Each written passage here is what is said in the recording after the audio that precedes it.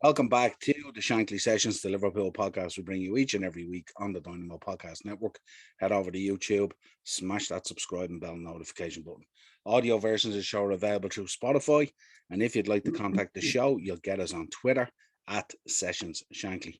Joining me tonight for a preview, not so much a big preview because we know we've already qualified among the group, but a preview nonetheless. Liverpool versus Porto, 8 p.m. Wednesday night under the lights at Anfield. Dano, how we doing, my man? Can I just say it's absolutely fantastic to be back. My mum grounded me, took my phone, my PlayStation, TV. I had to read books for 2 fucking weeks, so it's great to be back allowed out of the attic again. Any nice books? Anything you'd like to share with us? I found what's it called? That kids that magazine we used to read years ago. The one that had, yeah, something like that. Yeah, the nudies in the middle, you know. FHM. me dad's stash. Yeah. Anyway, let's get into this. Anyway, I don't think this will be an interesting one, won't it? Because it's a sort of a game where, like, Liverpool will bring in a few different players and they'll change up the formation. Not so much the formation, but they'll change up the personnel, obviously. Give a couple of lads some run-outs under the lights. For Porto, it's a huge game, though, because Porto and Atletico, they're only separated by a point in the group. So it's massive for Porto to get a result in this, to stay in there with Atletico going and playing AC Milan. You would expect Atletico to get a result there. AC Milan have been very poor so far. So it'll be down to Porto to go and impose themselves on the game and try and get a result to stay within that. But ultimately, second place in the group will probably come down to the last game of the season, or the last game of the group, I should say, where Atletico are hosted by Porto. Yeah, I'm thinking that regardless of what team we put out tomorrow night, I still think we'll win convincingly. I can't see us dropping points tomorrow night at home. Like, looking at the rest of the group, it's kind of like a mini league in itself. Like, anybody could qualify a second, depending on results. We're doing our part to give these other 3 teams a chance of qualifying for the second round. And it's crazy because if you go back to before the draw was made, and we'd all kind of had the chats in the group on WhatsApp, and I was saying that the group I didn't want was Atletico, Porto, and AC Milan, and that's the group we've got. And it's mad to think that, like, that's 4 prestigious teams of European football, and tomorrow night one of them could have no European football whatsoever for the remainder of the season, pending on results. But you know, we've done our job, so I'm not necessarily going to worry about that. But you touched on it there, saying there's going to be some changes tomorrow night. I can't see us making wholesome changes. I can see a few players. I can see Alisson coming in. I think Trent. Well, I was thinking about this today about Trent. Will he or won't he start? I thought Nico Williams for Wales the other night was absolutely outstanding. I don't know whether you're seeing the game or not. I thought he was outstanding. But me and you touched us in a lot. Liverpool play their best football when they're playing games on the regular. I'd like to see 1 or 2 changes. I'd like to see Minamino probably giving them a start. I'd like to see young Tyler Morton giving a start. But with the likes of Trent and all, I'd like that to continue. You know what I mean? Just keep the momentum going, keep the confidence through the roof. I don't know what the situation is with Andy Robertson, but Kostas Tsimikas again. I watched the full game highlights last night, and I thought again, you know, excellent, outstanding. Like, proper workhorse. You know, that aggressiveness that we need, that we love as well, seeing in players as well. But yeah, I'm looking forward to the game tomorrow night. I'm looking forward to seeing who starts. Can't see wholesale changes. Klopp will want to win every game of this group. I think we both know that for sure. You'll find my possible starting 11 then to be interesting when I give it to you in a few minutes. But looking at current form at the moment, Liverpool, of course, 4 wins in the Champions League and back to winning ways at the weekend again. Absolutely obliterated Arsenal. Porto, slightly different with a draw, a loss, a win and a draw. So kind of a mixed bag for them. Normally at this level in a group of this quality, those kind of results would nearly rule you out, but they find themselves still in the reckoning because of the 2 defeats that we put on Atletico. So that keeps them still in the shake-up. Let's look at the possible starting lineups. I'll start with Porto. So you've got Marquez and Corona. Pepe is back, obviously, which will be huge for him. And Mbemba, Sanusi, Otavio, who, remember, they lost to injury in the first game against us. It was a very, very good player. Uribe, Oliveira, Diaz, Taremi, and Ivan Nielsen. So still a very, very, very strong side. Players that have come back into the side. Obviously, Pepe coming back in there will be a huge influence in terms of marshalling the team and stuff like that. But this is where it gets interesting. I'll give you my possible Liverpool starting 11. I went with Alisson, of course, in goals, because I think it's important that he keeps his form going, especially when he's had a number of performances that have been, like the West Ham, a little bit iffy. So it's good to get him in. So I went with a back four of Neco Williams, Konate, Matip, and Tsimikas. Then I went with a midfield of Ox, Henderson, and Tyler Morton. And then I went with Salah, Origi, and Minamino. That should be doing a job. I think the worry for Porto tomorrow night is that the game is at home. You know, for us, they're away from home. Sorry. Yeah. And I think that's the worry for them. Maybe had we been going 4 wins out 4 already through, you know, the little bad run against Brighton and West Ham, and you know, obviously we got the ball rolling again with the trouncing of Arsenal. But the worry for Porto is that this being Liverpool already qualified, going over to Portugal, bit of momentum behind them, the crowd really G'd up for it, knowing that they needed to win. I can't see any scenario where they take points off us tomorrow night. That team, I actually like that team a lot that you've just named. Neco Williams' confidence has to be through the roof after his recent performances for Wales. Kostas Tsimikas, anytime he's getting given a chance this season, both of us have heaped of praise on him. He's been outstanding. Konate came out himself this week, said, yeah, I know it's been a slow burner, but I'm loving things here. Look, let's be realistic here. He's come in for 35 million. You know, everybody thought he was going to be the partner to Virgil van Dijk. I'm completely happy with the way things are going with Konate. You know, we had that game against Brighton that he was iffy, let's say. You know, it's his 4th season at a massive club like Liverpool. So if he's going to be given games here, there, and everywhere just to kind of bed himself in, with Joe Matip being absolutely outstanding. Don't know what the situation is with Joe Gomez. I know he's carrying an injury at the moment, but the way things are going, you know, everyone's kind of had a bad patch. Like City have lost a couple of games. Chelsea seem to be kind of the resolute. They, other than the Burnley game, but they seem to be just consistent defensively. But the way Konate is going, I'm more than happy for him to sit out games here, there, and everywhere, and come into games like tomorrow night at home, crowd behind them, the middle of the park. I thought Alex Oxlade-Chamberlain, I don't know what people, I didn't really look into match reactions from ex-players or pundits as such from the Arsenal game, but I thought Alex Oxlade-Chamberlain was very good on Saturday evening. You know, I've been highly critical of him this season. I just thought he simplified things a bit more. He was a bit more aggressive. It could be going back playing against his old club, but I thought he was outstanding on Saturday. So going into a game like tomorrow night where we're already qualified, it's another chance for him. And we did speak on this for 2 weeks ago, saying that now is his time. If he doesn't take his chances now, there's rumours that we're in for 2 or 3 players in January with Mo and Sadio heading off to the AFCON Cup, the Cup of Nations. He has to build on Saturday's performance. He has to go out tomorrow night and boss the middle of the park, be aggressive, be creative, go back to that player that we know he can be. Hendo sitting doing Hendo things, but Tyler Morton, I'm absolutely buzzing. He has to start tomorrow night. For me, he has to start tomorrow night. I'm absolutely buzzing to see where things go with this guy. And then Mo, you know, you just don't drop a player who's in that form. And then the 2 boys, I can see Minamino and Origi scoring tomorrow night. Anyone that watches this, put a $5 on it. Minamino and Origi both to score, and then I'll send you me Revolut, and you can send us over a tenner out. Yeah, no, it'll be an interesting. The Konate Matip combination would be an interesting one. Both so laid back and both so like strong in possession as well and controlled, and there's no anxiety with them or anything like that.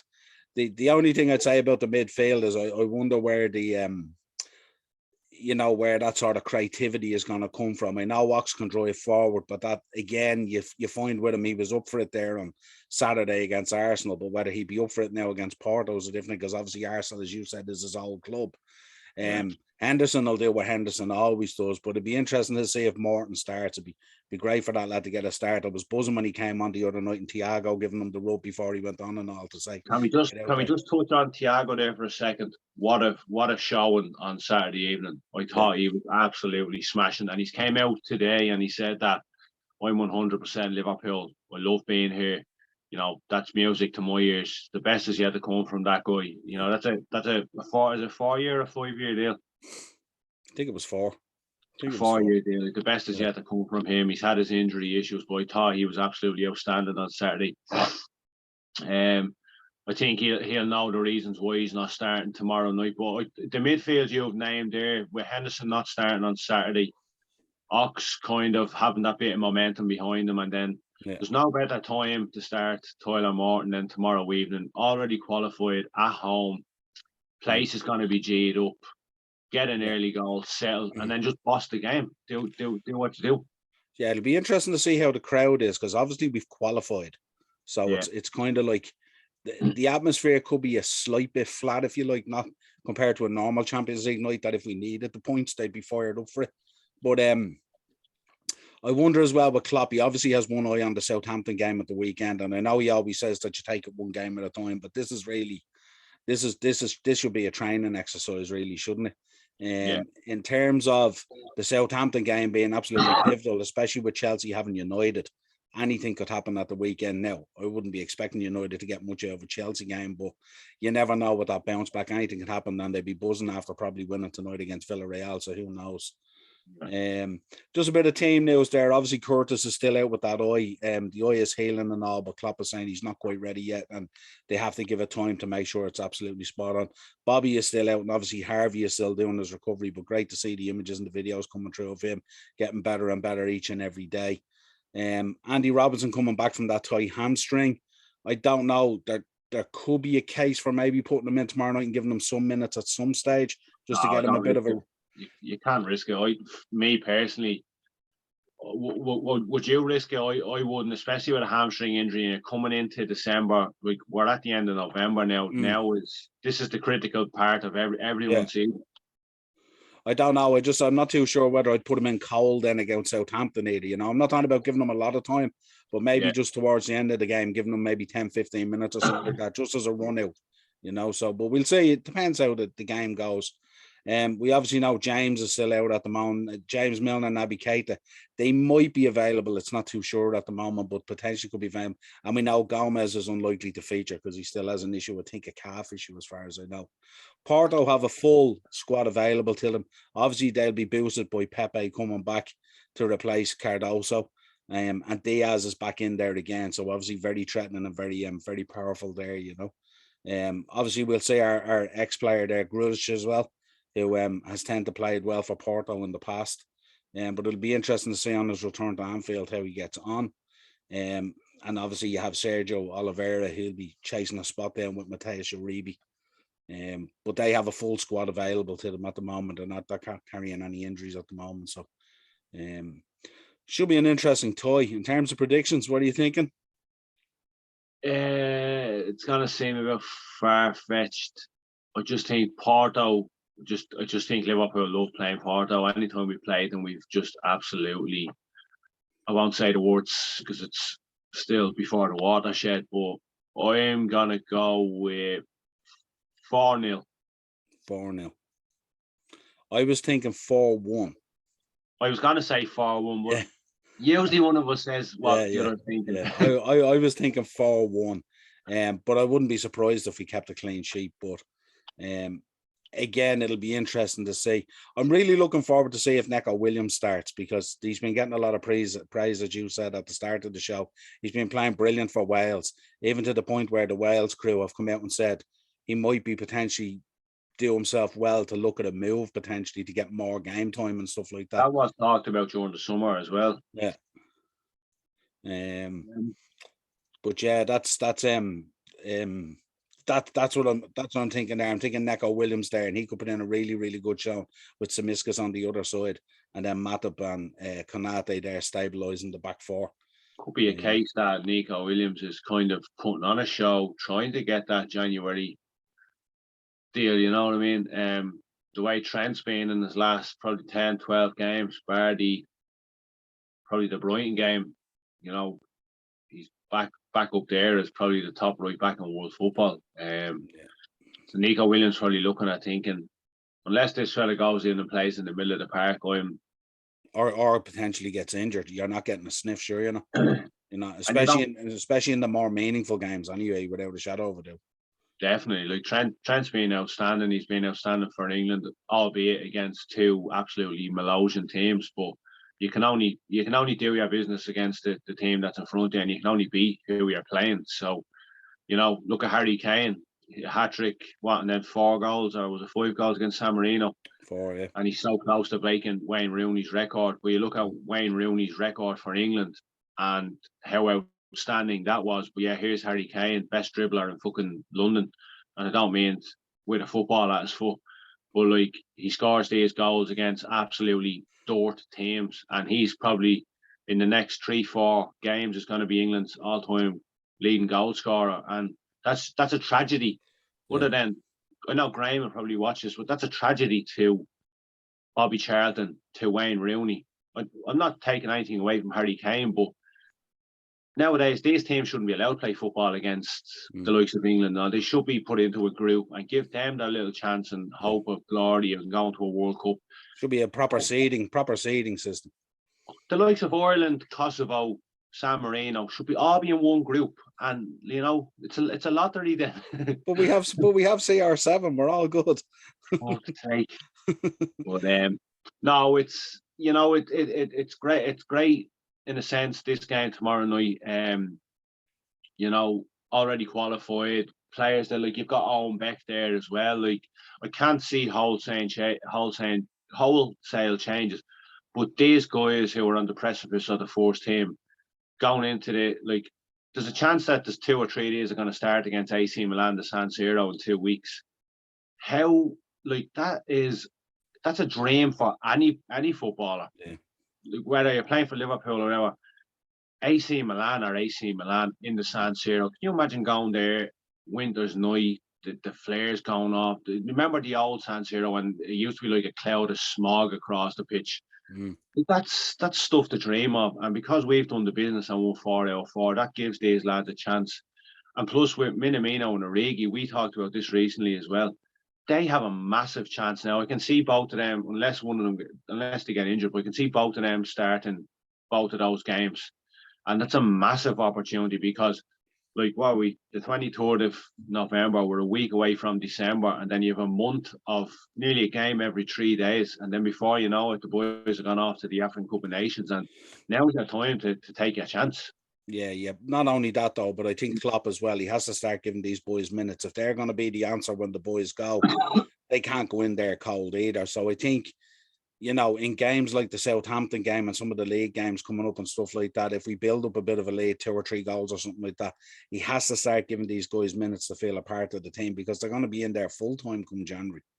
He needs to, for me, like, if we win tomorrow night, he has to take that gamble and start and give either or a game on Saturday. We have to, like, the Brighton game and the West Ham game. I thought we were awful second half against Brighton, and then the whole game against West Ham. But surely to God, Southampton at home on Saturday, that has to be a 3 or a 4-0 win. You know, that has to be a, you know, it just has to be. I can't even contemplate dropping points against them on Saturday. They're a decent enough side, but you can't go out and do that to Arsenal. You know, you can't go out and do that to Man United and then come in to the likes of the lesser sides like Brighton and West and Southampton and take your foot off the pedal and just get complacent. You have to it has to be ruthlessness all the way through.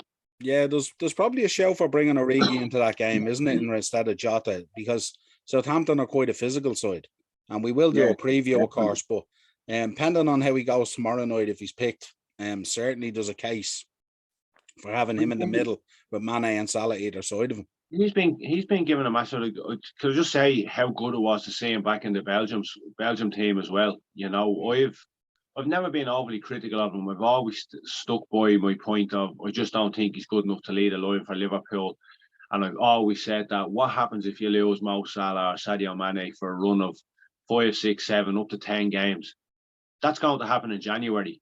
You know, hopefully the confidence and the momentum of getting called back into the Belgium side a year away from a World Cup, you know, he's got a massive opportunity there now to finally become that player that we know he is from that time when he signed for Liverpool at his performances at the Euros. He's just never.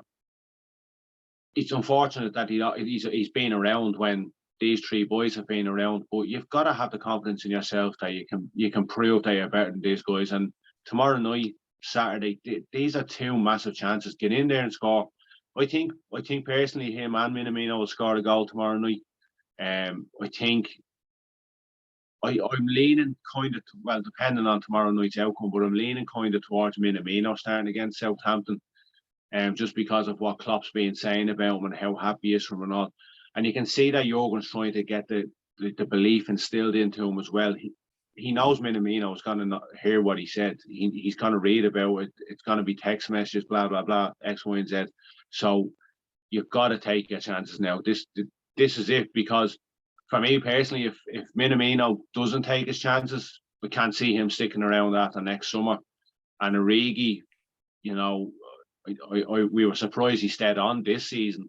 So, you know, they have to take their chances now. Yeah, otherwise, especially coming into a World Cup year as well, if he wants to be anywhere then around that Belgium side, he's going to need proper game time. But it was great to see Taki come on at the weekend as well and score that goal in front of the crowd. Yeah, I was buzzing for him. And the celebration and all, he was absolutely just buzzing. He was like, it was great. And what Jamie Carragher said as well, he's like, if Mo Salah doesn't score that goal a few minutes beforehand, that ball wasn't going anywhere near Trent to get played across the box to him. That was Mo being greedy.